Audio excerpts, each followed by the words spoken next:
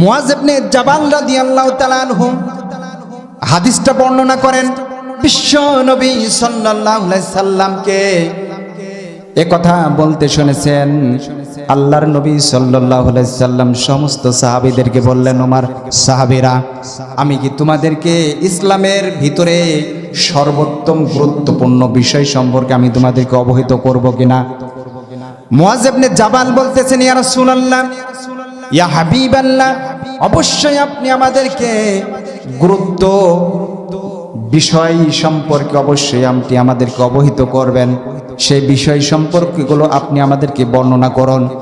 আল্লাহর নবী সাল্লাল্লাহু আলাইহি সাল্লাম বললেন যে, যারা ইসলামের ভিতরে প্রবেশ করে, ঈমান আনে, তাদেরকে আমি তিনটা বিষয় সম্পর্কে অবহিত করলাম এবং অবহিত করছি, ভবিষ্যতে এটা থাকবে। জোরে বলেন সুবহানাল্লাহ। তিনটা বিষয় হলো, বিশ্বনবী সাল্লাল্লাহু আলাইহি সাল্লাম হযরত মুআজ ইবনে জাবালকে বলতেছেন, ও মুআজ ইবনে জাবাল শুনে নাও, তিনটা বিষয় হলো, প্রথম হলো ইসলামের মূল সূত্র হলো পুরা ইসলামটাই। জোরে বলেন সুবহানাল্লাহ। হুদা জীবন ব্যবস্থাই হলো মূল।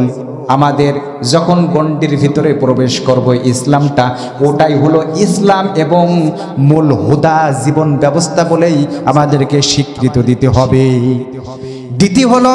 দ্বিতীয় নম্বর হলো নামাজ। ইসলামের মূল খুঁটি হলো নামাজ। এই নামাজ সম্পর্কে আল্লাহর নবী সাল্লাল্লাহু আলাইহি সাল্লাম বহুবার বলছেন। কোরআনুল কারীমের আয়াত বহুবার আল্লাহ রাব্বুল আলামিন নাজিল করে দিলেন। এক নয়, দুই নয়, 82 জায়গার আল্লাহ রাব্বুল আলামিন নামাজের কথা মুসলমানদেরকে জানিয়ে দিলেন। তৃতীয় নম্বর হলো, ইসলামের সর্বোত্তম চূড়া হলো জিহাদ। ইসলামের সর্বোত্তম পন্থা হলো সংগ্রাম করা।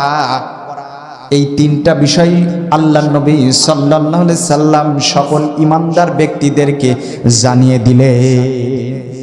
কয়টা বিষয়? তিনটা বিষয়। প্রথম নাম্বার হলো ইসলাম। প্রথম কি? ইসলাম, হুদা জীবন ব্যবস্থা। আর দ্বিতীয় নম্বর হলো নামাজ। আর তৃতীয় নম্বর কি? জিহাদ। এই তিনটা বিষয় যদি কোনো ঈমানদার ব্যক্তিদের ভিতরে থাকে এবং কোনো দলের ভিতরে যদি থাকে, ইসলামিক দলের ভিতরে যদি থাকে, অবশ্যই আল্লাহর নবী সাল্লাল্লাহু আলাইহি সাল্লাম বললেন, এই তিনটার উপরে যদি তোমরা আমল করো, আল্লাহ রাব্বুল আলামিন আমাদেরকে অবশ্যই বিজয় দান করবেন। জোরে বলেন সুবহানাল্লাহ। কি দান করবেন? বিজয় দান করবেন। বিজয়।